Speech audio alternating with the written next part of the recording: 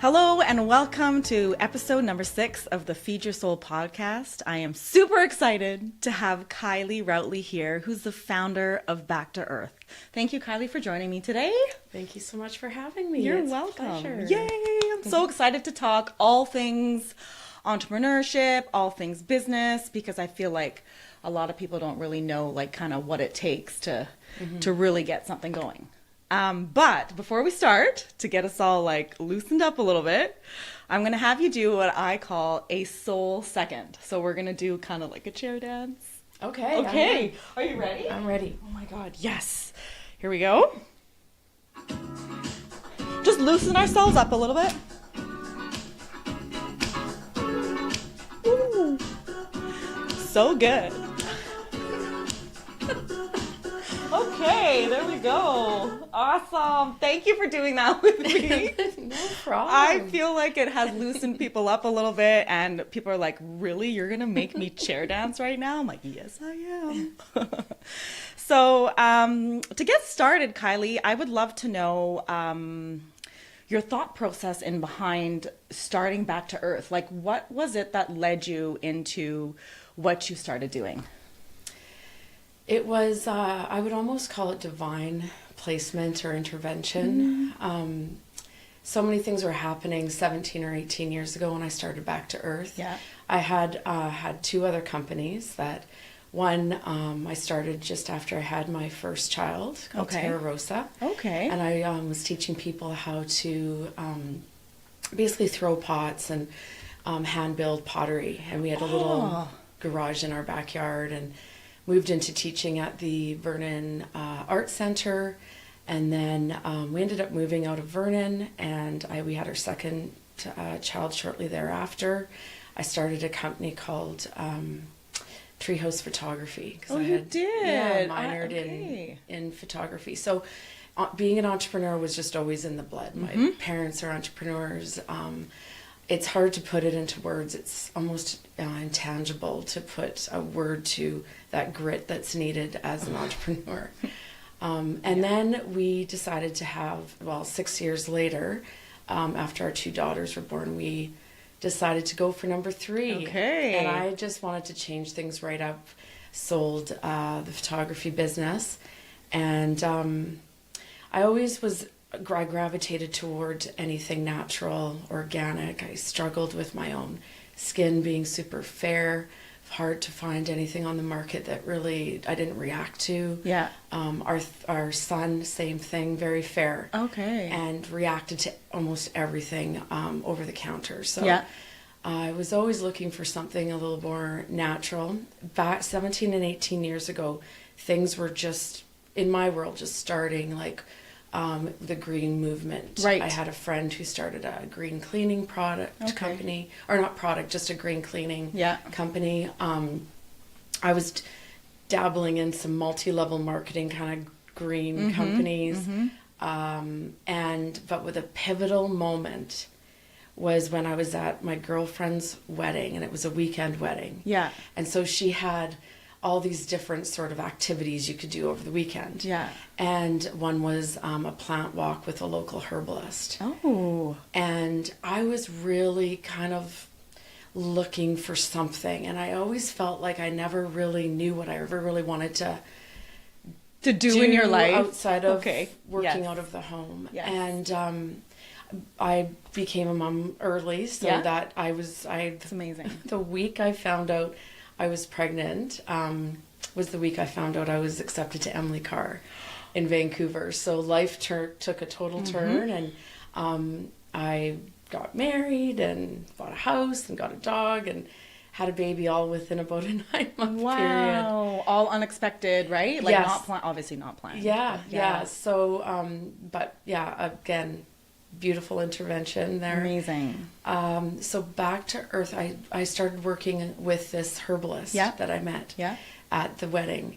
And I was absolutely enamored by the process, by learning about the medicinal plants that grow in our valley, and how to prepare them, how to ethically wild harvest them. Wow. It started with about 8 plants that I got to know very well that grew in the Okanagan, and how the synergy of blending and the formulation and the biochemistry of it all. And That's so cool. I actually just started watching, I don't know if you've seen the show, but it's like The Outlander. Oh. But anyways, it's a back in the day. Yes. But what I am appreciating about this show is kind of what you're talking about, because she goes into, you know, the woods and she finds plants for medicinal purposes. Yes. And you think about things back in, and I think she went back to the 1700s, but since the 1700s, like, this is what people have been doing as to how to naturally heal your body. Yes. As opposed to taking medicines, antibiotics, and things like that. Anything natural to me is like earthy, and it just feels way better. Absolutely. It's like a preventative, really. Yeah. You know, when I started Back to Earth, my grandfather had been diagnosed with cancer, and I actually hadn't started Back to Earth, actually, but he went to a naturopath, and we got a list of things like to get out of the home, like whether it was cleaning products, topicals, all these different, you know, products you bring in your home. And when you start doing the research of those chemicals and what you bring into your home, it is absolutely frightening. I could just imagine. I love your little cleaner. I like the all-purpose cleaner. I love the smell. I love that it's like clean. There's a lot of products I like, 'cause I did sell some at my studio as well, which was back in the day. But That's right. yeah. So I felt like it was a great fit, because, you know, it's just all about kind of being natural and, you know, doing things that are really good for your body and things like that. So, okay, so that was back, so 17 years ago? 18 now. Okay. Yeah. So what was the very first product that you came up with? So I started farmers markets, and I had a babe in a sling. Yeah. And I have to, hats off to the Vernon Farmers Market. It's where we really were able to grow our business and really become a part of that community, as well as become friends with my customers and be able to really talk face to face with people, and the why around the cleaning products that I was selling, as well as bar soaps is what I started with. Oh, cool. Yeah, and a couple topicals, but that's what it started with. I love the name too, Back to Earth. Like, did you come up with that name, or did you have a few people help you? Or No, I was driving down Main Street, Vernon, love it. and it just came to me. Yes. And I did a quick turn, and I went to the access center, and I registered right then and there. Yes. And I would say that's what I would say that it's like those little crumbs, like to be able to like recognize,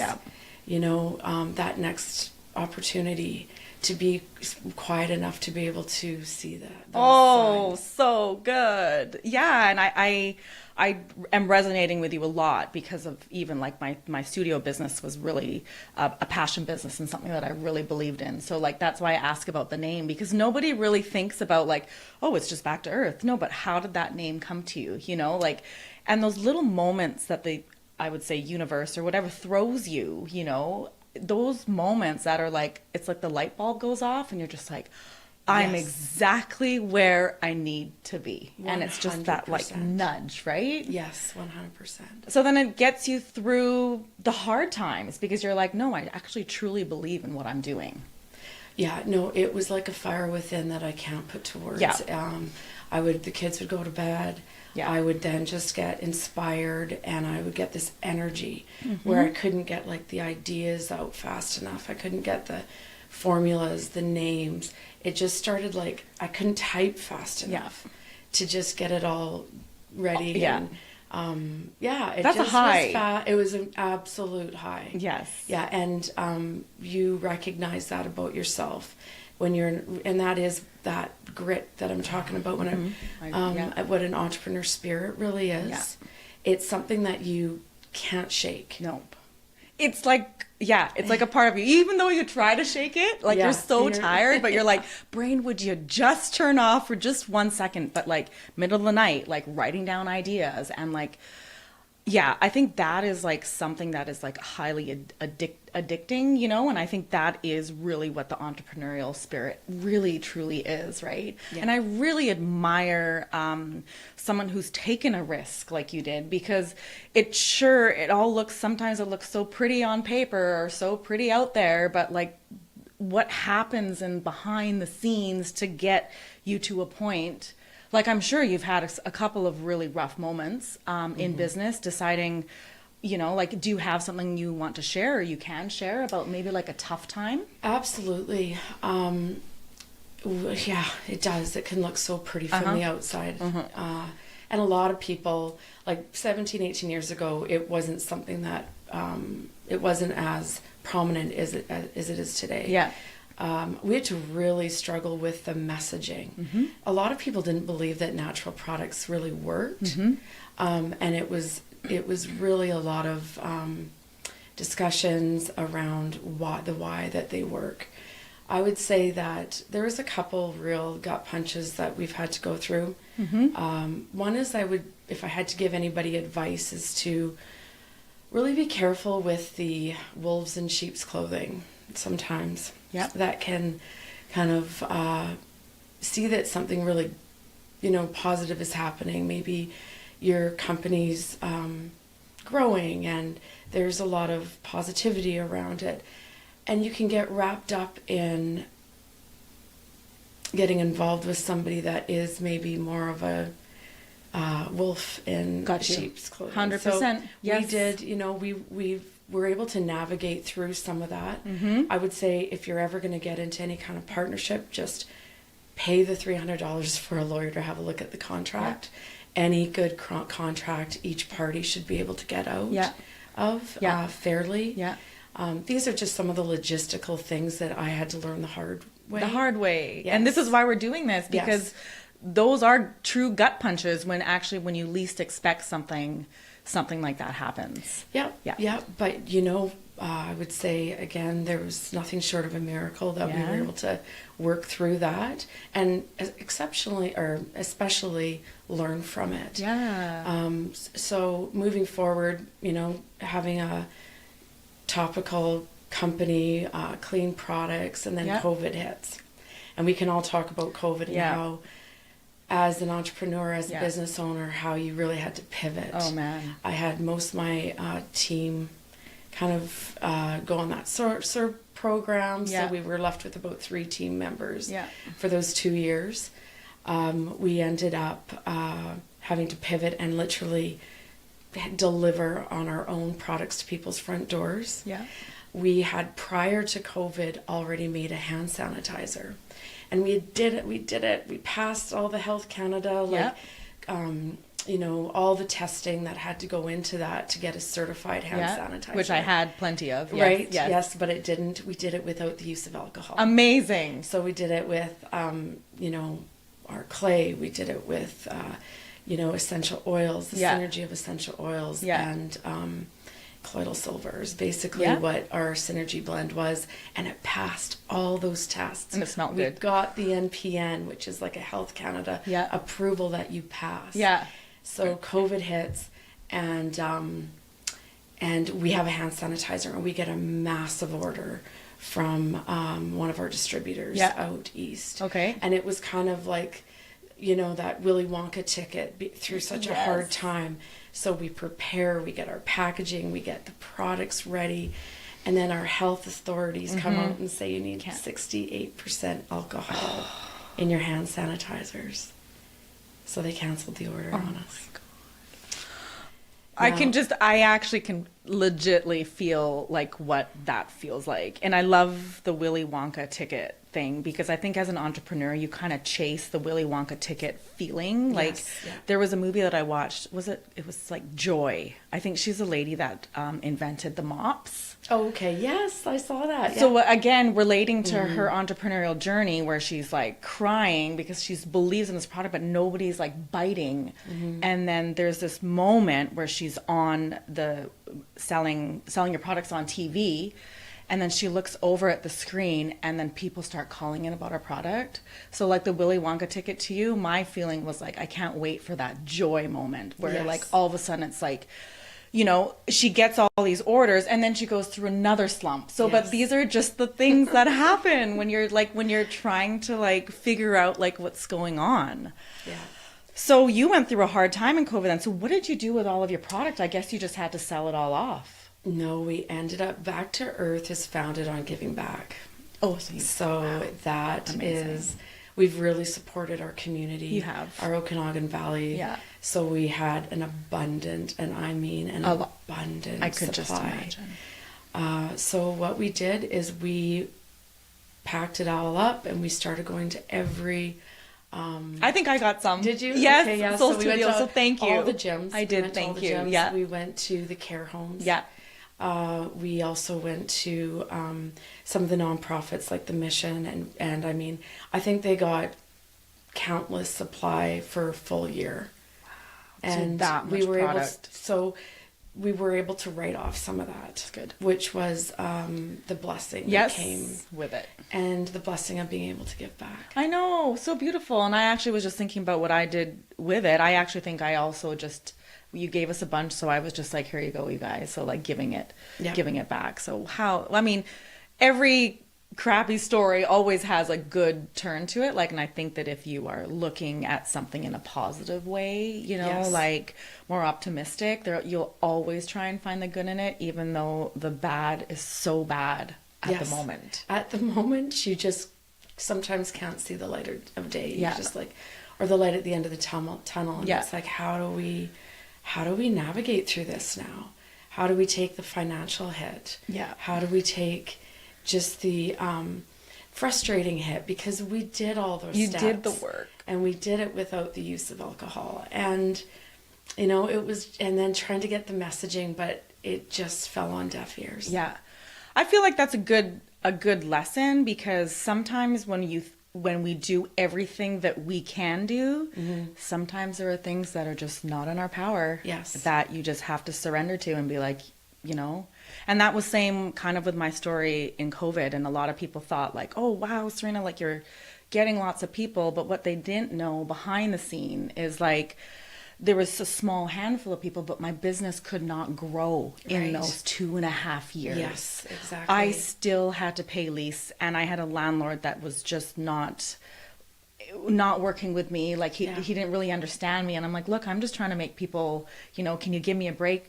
Nothing. Like, so it was literally, there were many months during those 2 years, I had no idea how I was going to pay my lease, you know, and that is the reality of it. And I actually don't think that I've shared that publicly, but like, honestly, like when you see a business, when it's a local business, and support them, you know, and just be there for them. Like, even though it looks like pretty on the outside, like sometimes you don't know what is going on to be able to get there. Absolutely. You know, and I feel like COVID also, I did everything in my power to keep that thing going. But in the end, there was just something that was like, there was another power that just said, you know what, it's just not the right time right now. And so look at you now, girlfriend.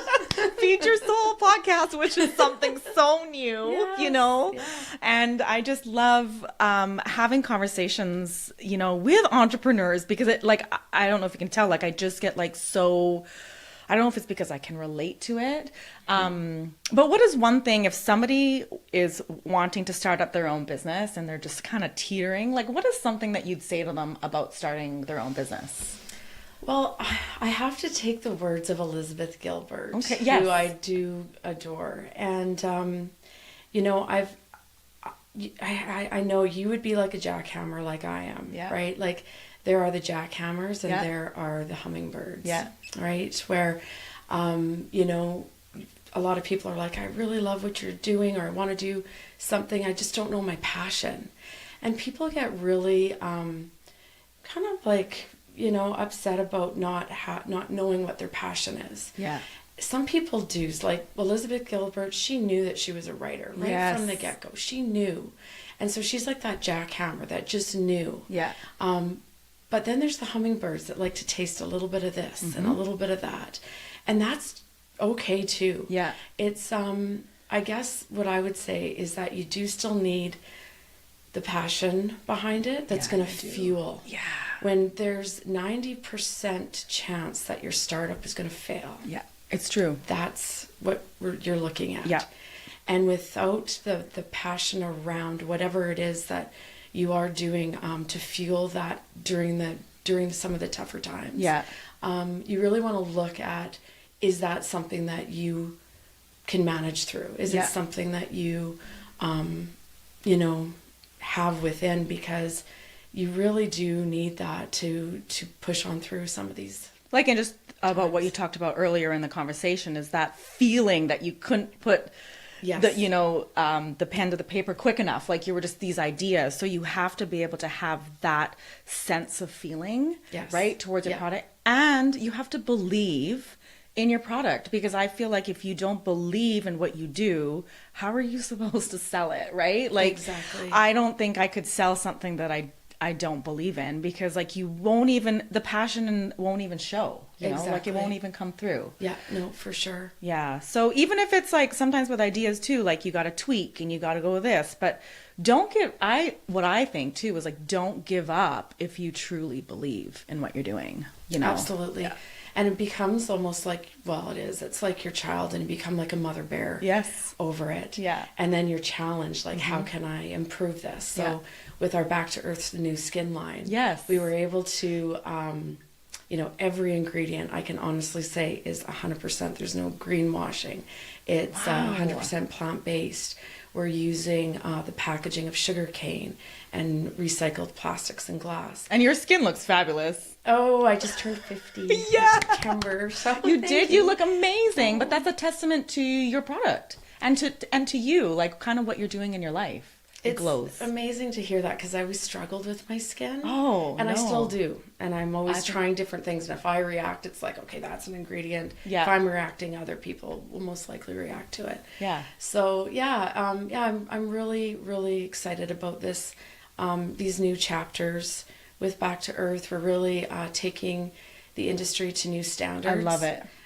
Even the ink that we're using on our packaging is biodegradable. Wow. It's exciting to be able to have those opportunities now. We didn't have a lot of that 17 years ago. We just didn't have the ingredients available to us. Okay, and then who's your spokesperson now for your skincare? Tell me how that came about. Yeah, so we caught the eye of Chantal Creviette. That is so amazing. Yeah, she was looking for a brand that she could put her name to, but honestly struggled finding one that was genuinely 100% natural. Yeah. Ours is vegan. We're 35 free, so certified cruelty free. We've just tried to cross all the T's and dot the I's. Yeah.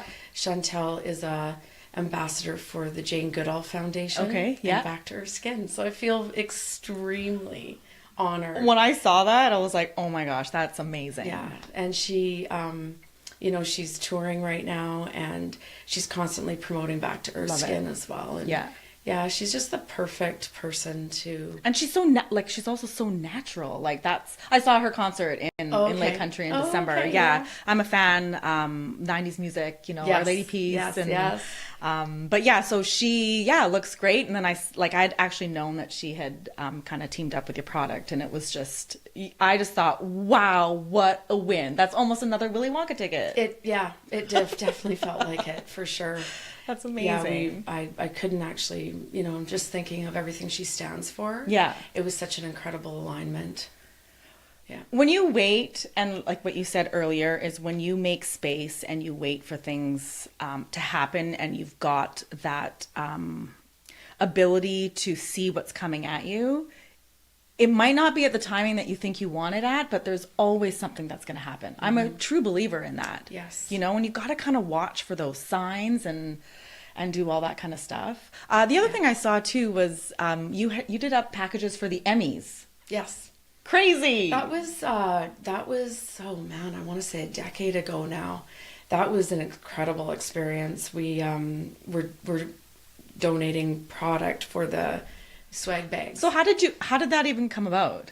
We were approached. Somebody had tried the product, and we were approached and asked if we wanted to get down there and get on the red carpet and the celebrities would kind of come through, and it was a really cool experience just to be in that the whole energy environment. of it all. And then we would have our pain be gone, and we'd be The like best the product. Hulk, the actual Hulk. I was like putting pain be gone on the Hulk, the original Hulk. Stop. That's so amazing. Yeah, it was like a bit surreal. Yeah. I would say one of the most terrifying things that I did, and I really had to dig deep, was do the Dragon's Den. Yep, that's the other thing that I Yeah. saw. And looking at that, like, I get nervous. Like, just like, can you walk me through? Like, how was that? Like, how did you want to do it? Like, did you come? Yes, Oh, yeah. you did. So I auditioned. Okay. And applied, and it was interesting because I was in New York at a big trade show, Yeah. an ingredient trade show for the clay that we use in our products. Yeah. That's from BC here on the west coast of BC we harvest, and from New York we flew up to Toronto, and we did the Dragon's Den. This is the part, like one of my colleagues that he's basically one of the founders of the clay. Okay. So anyways, it was terrifying. Absolutely terrifying. My hands are sweating. Like just everything you see on TV, the bright lights, you're, coming down the stairs. Yeah. And then you're being challenged, like you've Crazy. got to know your numbers. Yeah. You've got to know your business. Yeah. You've got to know what you're doing, or they will just eat you alive. Oh yeah, no, I've seen a few people getting eaten alive in there. Yeah. Wow. So what was your did you like? So how was your experience then? Did they kind of eat you alive? Did you know everything that they were asking you, or were you caught off guard a few times? Oh or yes, you for were? sure. Yeah, I was definitely caught off guard. They asked some of the more challenging things I had dealt with, and just a couple of the dragons were like, you could have navigated that a little better. Oh, okay. But I ended up getting 2 offers. Oh, you did? Yes, I did. But unfortunately, it didn't air because of COVID. Yeah, so the COVID really, really did a messed number. up. Yeah. So then are you still working with the dragon then? So I ended up going with Arlene. Okay. And she wanted a 5-year exclusivity with the clay. Okay. Which I didn't have the rights to give her. And it was impossible because there was already other deals going on with the use of the clay. Yeah. In the pharmaceutical avenue. So, yeah. Anyways, it all fell apart. But at the end of the day, I'm so grateful that I did it. I learned a lot. Yeah. And good for you. I think that's another trait of an entrepreneur, is throwing yourself into the fire. Yes.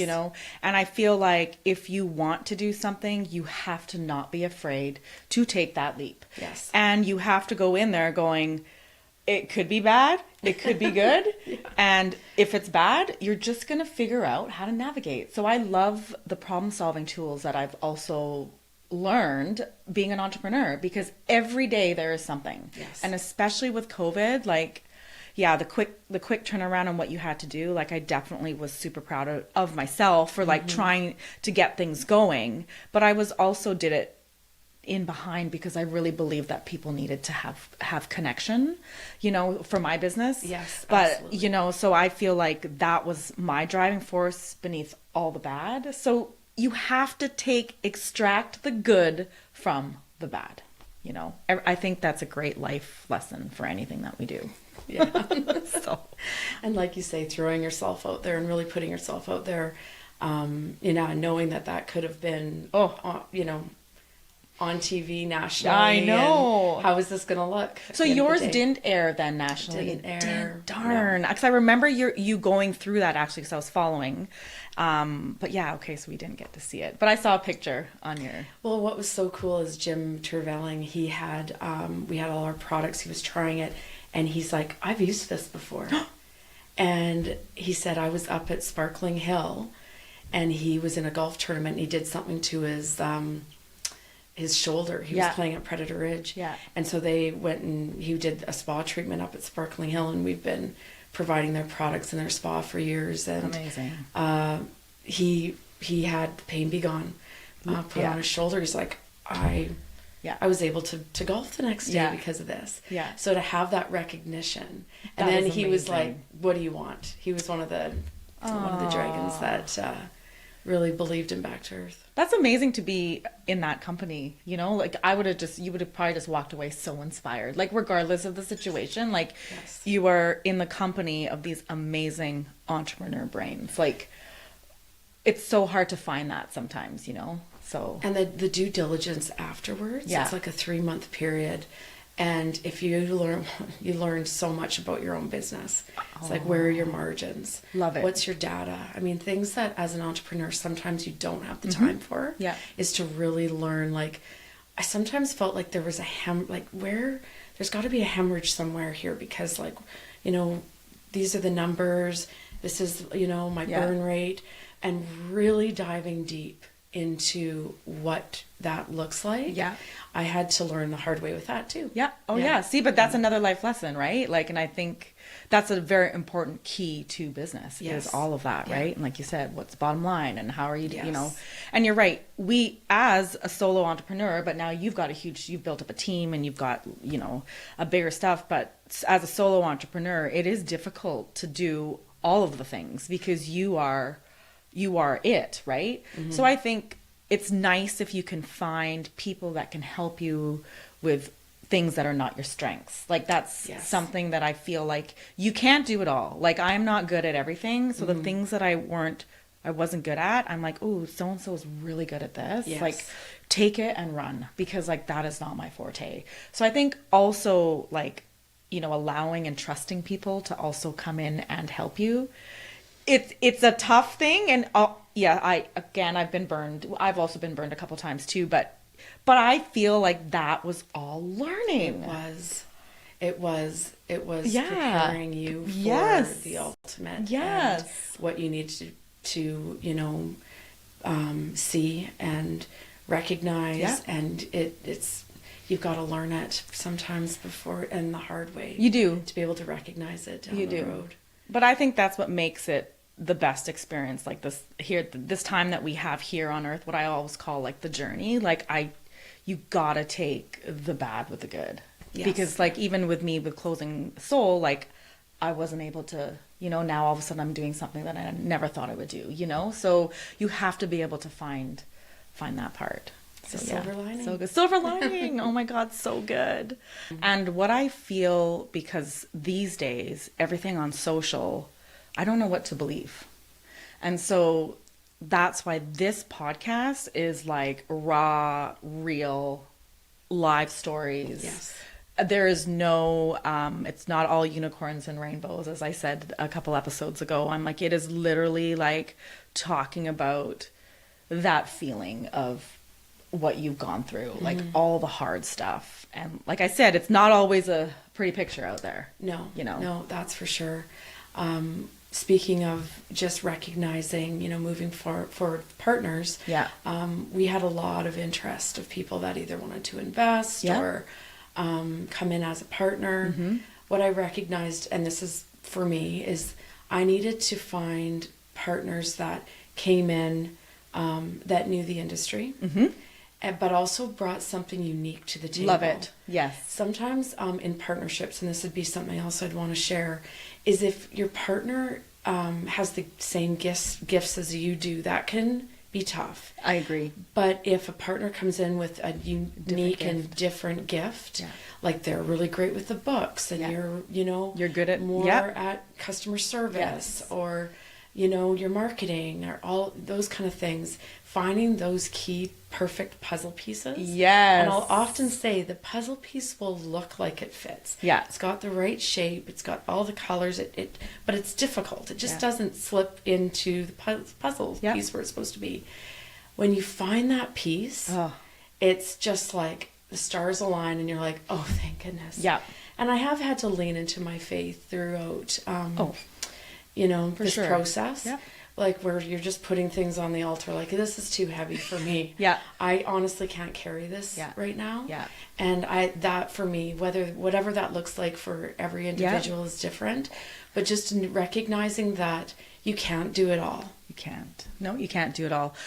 Going back to what you said about that puzzle piece, It's got all the right everything. So here's another thing that I'd also like to share is like, you have to tune into your gut, because sometimes you're like, why is this not feeling right when it looks right? Yeah. And those are a couple things I also had to deal with at my studio. I'm like, why is this just not aligning? And then trust your gut and make the decision, whatever it may be. So it could be like the perfect shiny diamond. Yes. But sometimes you just got to let that diamond go. You do. Yeah. And it's the hardest decision, but I think like right after you've made that decision, your body is going to tell you, oh my God, that was like so much lighter. Yeah, I feel so much lighter. Instantly. Yeah. Yeah. No, the whole cliche of like, go with your gut but go with your gut. Go with your gut. Go with your gut. Yeah. Even that little nibble that's just something is holding you back. Listen to that. Yeah. And I think that's where too, like faith or whatever it is. And I think that's where when I have that gut feeling, I have faith that that gut feeling is exactly what I need to feel. So sometimes it's really hard making those decisions, but you know what? That's what entrepreneurs are. And that's what we do. And not everything is easy decisions. Like we love to make easy decisions and sometimes we feel so bad. But in the end, when we make a decision, we make a decision based on business, and is it a business fit or is it not a business fit, and if you truly know your business and what your business stands for, everything is going to align for you. And I think that is just the most magical thing of being an entrepreneur. Yeah. I agree. So what's new and next up? Anything exciting upcoming for Back to Earth? So I am officially in a partnership now, and again looking for those skilled opportunities and feeling very optimistic, cautiously, but very optimistic. Now we get a little more cautious, even though we say go for it. Yeah. But yeah, I would say. There's a phenomenal amount of exciting opportunities that I feel is not solely on my own shoulders. Amazing.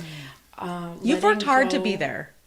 Letting go has been very hard for me. Yeah. Because when you're a founder of your baby, which is your company, it is really hard to let go of some stuff. It's like letting someone else raise your child. Yeah. Right? And you're like, whoa. Just a second. But I think that is also an amazing lesson. And I feel like once you are able to let go, like you will be freer, right? Because like this is almost a 20-year journey for you. Yes. How amazing is that? Like, do you look back? Do you ever take the time to look back? I look back and I go, how in the hell did I do this? I do this? Like, and I genuinely believe I was being carried by angels through a lot of it. Oh my God. Absolutely, I did not do this alone. That's so amazing. But you're so lucky because I feel like you're in your purpose, like regardless of what it is, like you are working with that. So there is that. Because I've also I feel that myself too, like for whatever we do. So I feel like, I don't know if it's just a trust thing that we have or like we know somebody's got us, or I don't know what it is. Or even if it just all doesn't work out, you did your best. Yeah. You did your best. I think, and I think that that's another great lesson. Because that's one thing, again, like I relate a lot of stuff to soul because like I will look back at that journey. There's nothing I would have done different. So if I would have closed and said, I wish I could have done that, I wish I did that, I think that I would have had a little bit more regret. But I literally closed knowing I did everything I could to do what I did. And it was almost an 8-year run. Yes. Starting, super successful. Right? Yeah. Starting from the ground up, which again, I grew up in an entrepreneurship family, right? So I got into a business that was already like a well-oiled machine. I had no idea what it actually took to start. So I am also very thankful for that opportunity because I kind of wanted to feel the grind. And now I have so much respect for even my dad and his partners for what they've done. It goes back to just really supporting our local entrepreneurs, our local businesses, and knowing that they're putting their heart and souls right into it. It is. It's the truth. So let this be a reminder for those of you listening, those of you watching, that, you know, true entrepreneurs really love what they do and really believe in what they do. So next time you spend money, like, think about supporting local, you know, going to a local business, because in turn that helps out the community. You know, there's just it's a cyclical thing. It is. Yeah. Like, I think about all the support we've had from our local community and how that's come back because we've been able to make those donations to every hockey fundraiser or, you know, like whether it's a fundraiser for, you know, Women's Transition House or, you know, the Upper Room Mission. Starfish Pack program, which I did a lot.